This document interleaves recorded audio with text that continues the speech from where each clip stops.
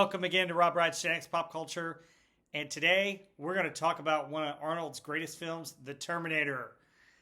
The Terminator came out in 1984, and it is one of my favorites. I love the first two Terminators. The rest of the series had a lot of misses. Let's just face it.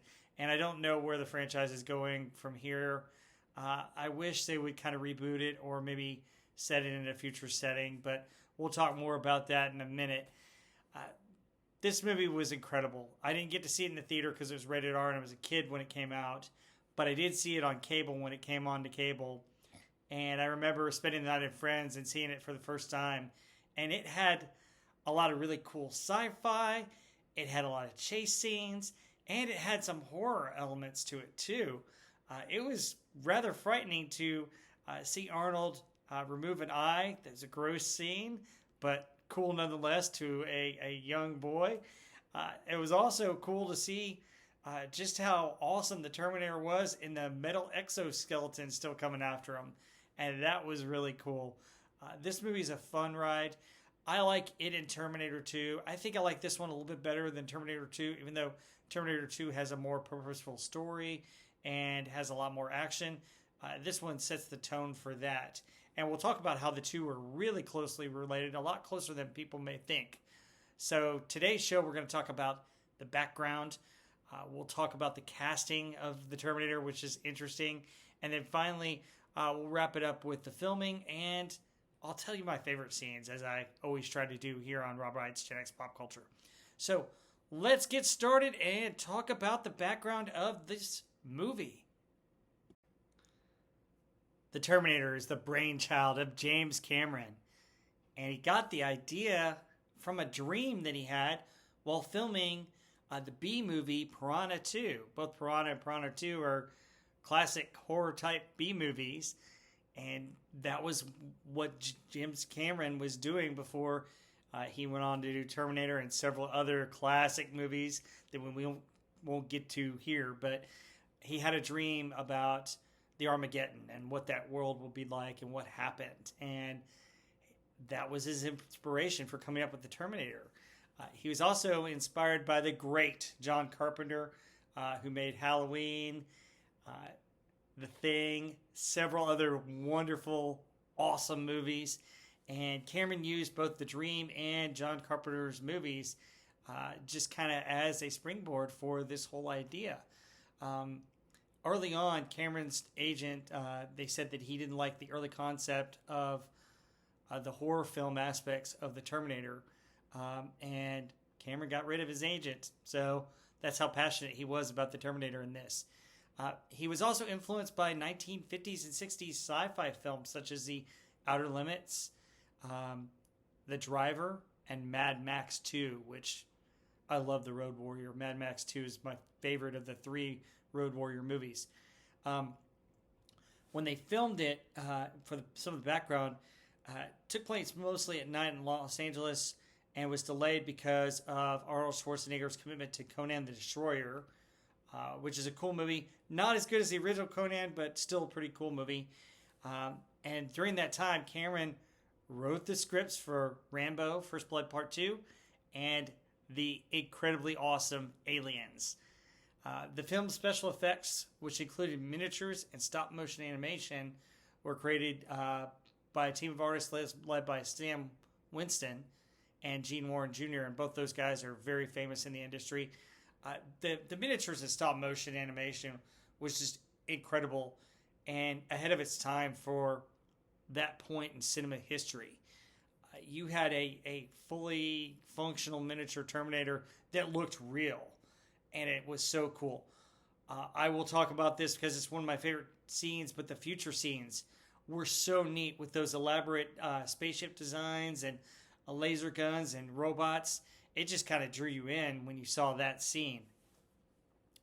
Defying low pre-release expectations, the Terminator actually topped the U.S. box office for 2 weeks, eventually grossing $78.3 million against a modest $6.4 million budget. Wow, that's an amazing profit right then.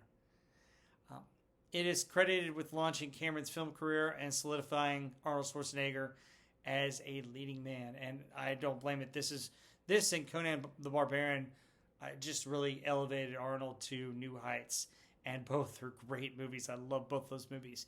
One other fact about the background: the initial outline of the script involved two Terminators being sent to the past. One was similar to the Terminator in the film, while the second was made of liquid metal.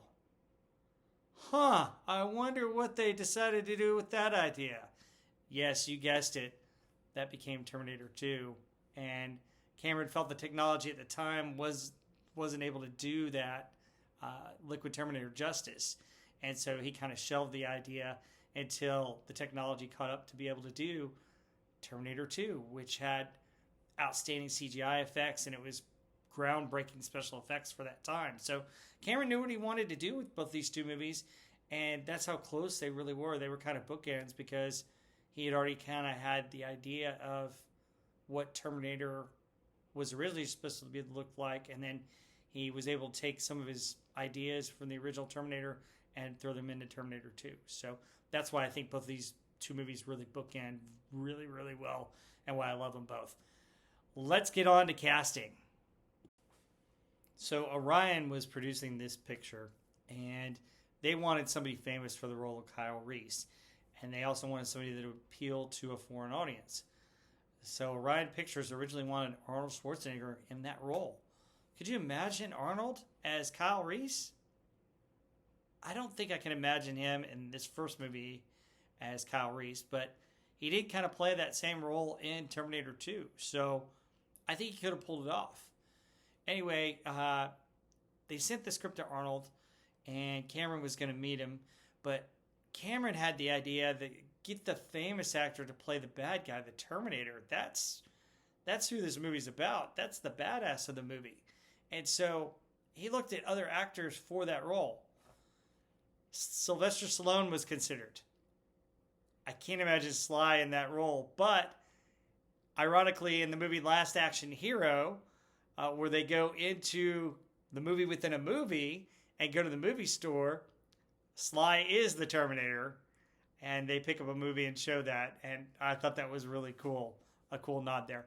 Mel Gibson turned it down as well. I couldn't imagine Mel in that role. I could imagine Mel in the role of Kyle Reese, but I couldn't imagine him as Terminator. Cameron also looked at another person who an executive recommended, O.J. Simpson. I can't imagine him in that role, but the funny joke of that is Cameron said no because he couldn't imagine O.J. Simpson as a killer. I wonder if his mind has changed about that over the years. Guess we'll never know. Anyway, so Orion wanted Cameron to meet with Arnold, and he wasn't going to hire him as Kyle Reese. He didn't feel he was right for that part. And so as a favor to the studio, he met with Arnold, and he devised a plan to kind of avoid casting him. He would, try and act hostile towards Arnold, and Arnold would probably think nothing of him and not want to do the movie. However, when Cameron met Schwarzenegger, he was kind of entertained by him, and they got to talking, and Cameron kind of outlined the video and kind of did a sketch of his face on his notepad using Arnold Schwarzenegger. After that meeting, Cameron was convinced that, hey, he's no Kyle Reese, but he'd make a heck of a Terminator.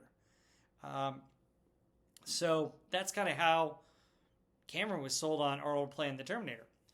Schwarzenegger still wasn't convinced. In an interview on the set of Conan the Destroyer, he was asked about a pair of boots for the Terminator, and Schwarzenegger said, it's some SHIT movie that I'm doing that'll take a couple weeks.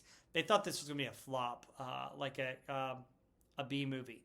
And then in his memoir, he was initially hesitant, but thought about playing a robot in a contemporary film would be challenging and a change of pace from Conan and a couple of other movies like that. So he had done like Conan and Hercules and Conan the Destroyer, where he's just this big muscular guy.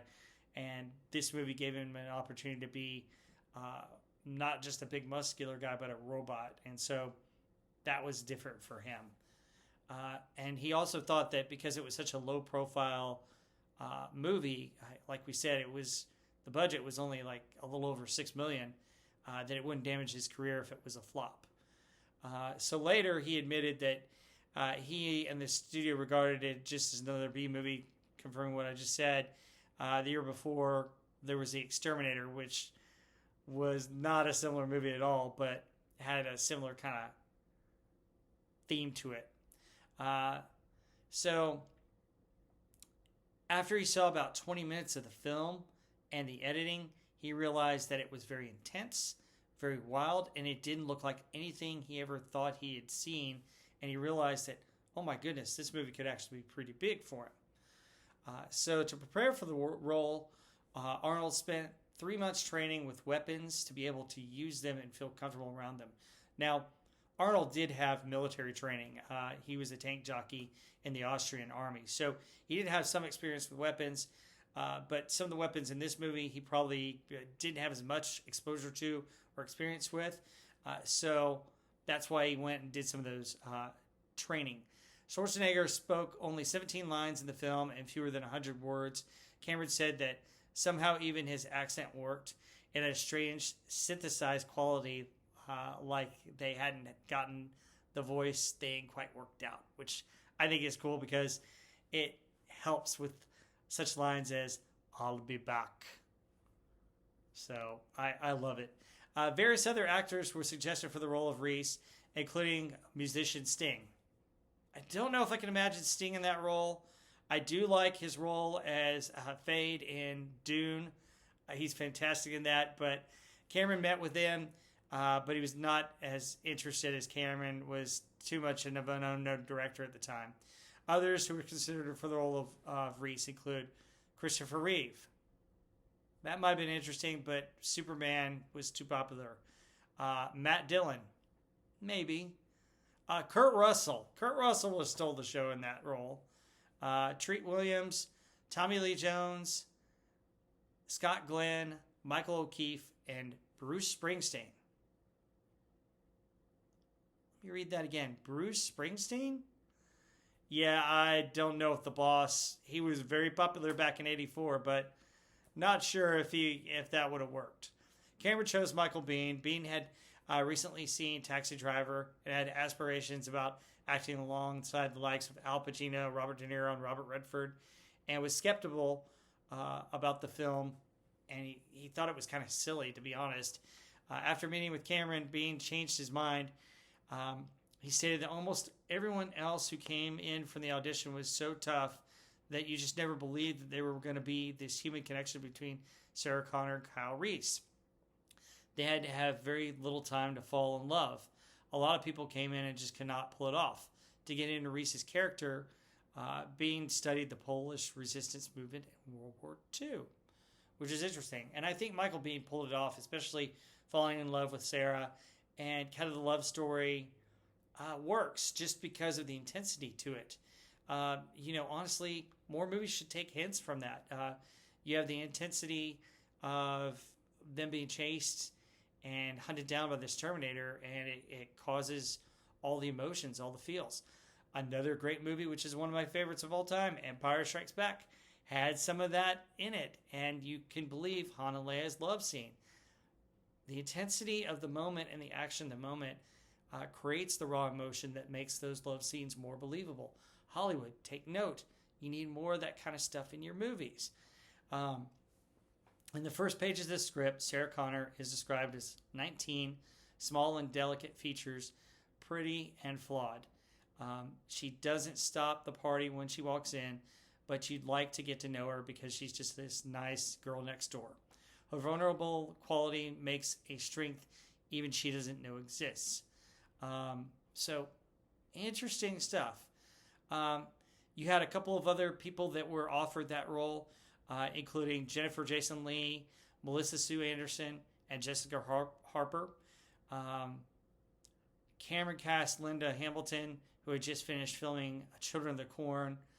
Rosanna Arquette and Leah Thompson also auditioned for the role. So I can't imagine anybody else but Linda Hamilton in this role. Linda Hamilton nails it. She does a great job in this movie, but she's even better in T2. She is bad A in Terminator 2. She is awesome. And I think it's one of her better roles and one of my favorite roles of Linda Hamilton in her acting career. All right, let's talk about the filming and get into more details of this. So originally, they were going to start filming in 1983 in Toronto, but it was halted when Dino De Laurentiis applied an option on Schwarzenegger's contract that would make him unavailable for 9 months while he was filming Conan the Destroyer. So that's the delay that we talked about that allowed Cameron to write those other films. It also allowed them to switch to filming in Los Angeles. The sequence set in 2029 and the stop motion scenes were developed by Fantasy II, a special effects company headed by Gene Warren Jr., who we mentioned before.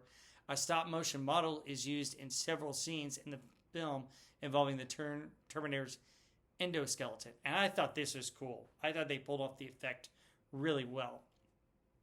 Cameron wanted to convince the audience that the model of the structure was capable of doing what they saw Schwarzenegger doing. So to allow this, the scene was filmed with Schwarzenegger injured and limping away. This limp made it easier for the model to imitate Schwarzenegger, which I think is cool, and it's kind of what they used going forward with your CGI technology, using the human in a suit like a green screen and using the computer image to copy an actual human's movements. So you have some of that background in how they did that with your physical media and your early special effects, and you see that play out in later on special effects. That's what makes kind of the movie. If you can make your effects more real to the audience and more real to the people. That's what I love about this movie, because at the time, that android robot that was going after them felt real, felt lifelike, more so than just about anything else I had seen on the screen at that time. In March of 1984, the film began production in L.A. Cameron felt with Schwarzenegger on the set, the style of the film changed, explaining that the movie took a larger-than-life sheen, and he found himself on the set doing things that he didn't think he would do. Scenes that were just purely horrific just couldn't be because they were too flamboyant. Most of the Terminator's action scenes were filmed at night, which led to tight filming schedules before the sunrise.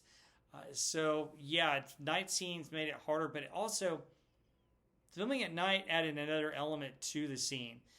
What's coming out of the darkness, especially with that robot eye that's just red and just blaring right at him, led to some very interesting shots in this movie. A week before the filming started, Linda Hamilton sprained her ankle. She was a trooper. She still ran and did everything that filming allowed. It was taped every day, and she spent most of the film production in pain. So what a trooper Linda Hamilton was for doing that. I mean, my goodness. You imagine working or doing something on a sprained ankle, not being able to rest it, having all these scenes where you have to run. It's just amazing. So great job, Linda Hamilton, for that. I didn't know that about this film, but I just admire her even more for that and for being able to pull that off with a sprained ankle. Schwarzenegger tried to have the iconic line, "I'll be back," changed because he had difficulty pronouncing the word "I'll." Cameron refused to change the line to "I will be back," so Schwarzenegger worked to say the line as written as best he could. He would never say the line in numerous films. He would later say the line in numerous films throughout his career, which is hilarious and awesome. I personally like this version of "I'll be back" better than all the others because it's the original and it had more oomph to it, because if you watch the movie right after that scene, he drives the car right into the police station. So really cool stuff.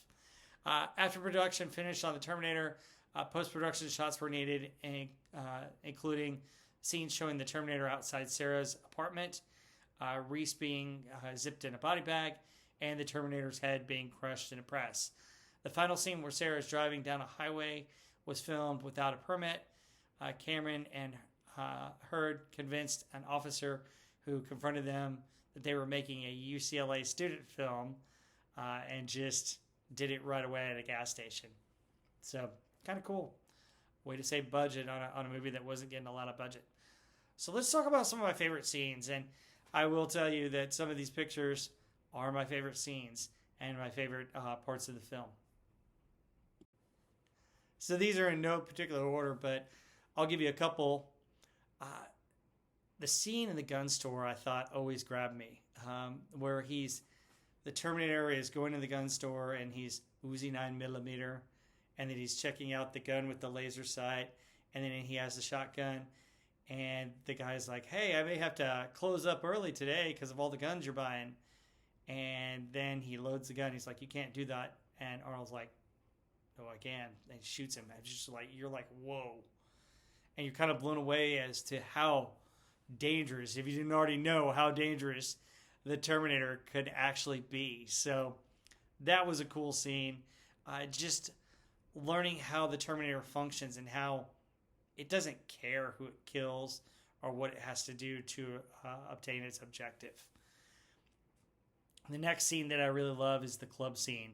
So Sarah kind of hides in a club, calls the police. They tell her to stay there. Reese is kind of watching her from afar. And then the Terminator comes in and all heck breaks loose. He lays sights on her, and then Reese goes into action. And it is just a crazy madhouse scene. It's incredible. I love the blocking. I love the way that they filmed it. I love all the extras. And you see the Terminator just doing whatever it needs to do to eliminate Sarah and Reese. And it's just fantastic. And how they get out and get to the car, and then you're on to a car chase scene. So from that point on, it's kind of non-stop intense action. And that's why I love that scene. Then we get to my next favorite scene, the police station. Oh my goodness, the police station was amazing. You have the iconic line, "I'll be back." And then he crashes the car through this police station. And he has those guns, and he's just going nuts. And there's a huge firefight between the Terminator, who, by the way, bullets don't affect him at all. So he didn't give a rip about where he goes or who shoots him. He's just going in there looking for Sarah and Reese, and how they kind of escape the police station and get out of there.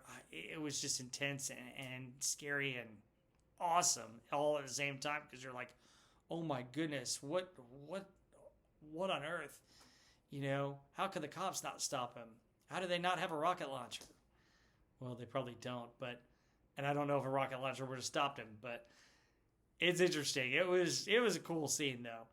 All right, the next scene is kind of depicted in these slides here. I love the futuristic stuff. It was totally awesome to see all those Terminators and the laser guns, and you had giant robot type things, and you have kind of a truck with a gun that the humans have, and then you have ships that Skynet controls that are firing lasers at them. It was just cool, Star Wars-y battle, and I wish there was more of that, because I thought that was the coolest part of the movie. So yeah, that was incredibly intense. And of course, my all-time favorite scene is kind of the final scene, where you've got the trucks and Arnold's chasing them, and they thought they'd blow him up, and then all of a sudden you have this metallic monster coming after them. And that scene in the machine factory, where they turn on all the machines to try and hide, and it's still coming. And then Reese is able to sacrifice himself and blow the machine up, and you think it's dead until, no, half of its body is still coming after Sarah. And she crawls through the pressing machine and is able to close the thing, and it's still able to reach through and has its hand around her neck, and she's able to press the button to crush it. And her line, "You're terminated," blanker, because I don't want to cuss here, but it's just awesome. It's incredible. Love that scene. Let's wrap everything up. So, what are your thoughts on the Terminator? What's your favorite scene? What was your reaction when you first saw this movie? Did you see this movie before Terminator 2?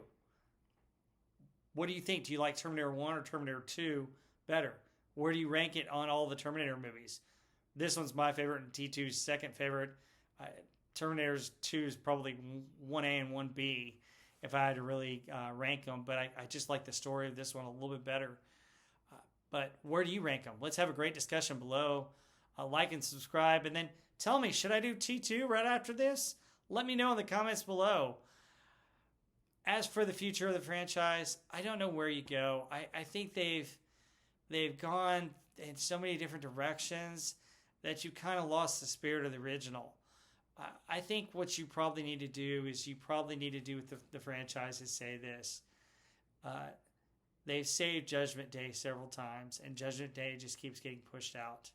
And you could say that this is after Sarah Connor's lived a long, fruitful life, and even her son has lived a long life, and maybe they've gone by that time. And with all the technology that we've got coming up in real life of AI and all the different things, it's kind of scary to think that this might be real.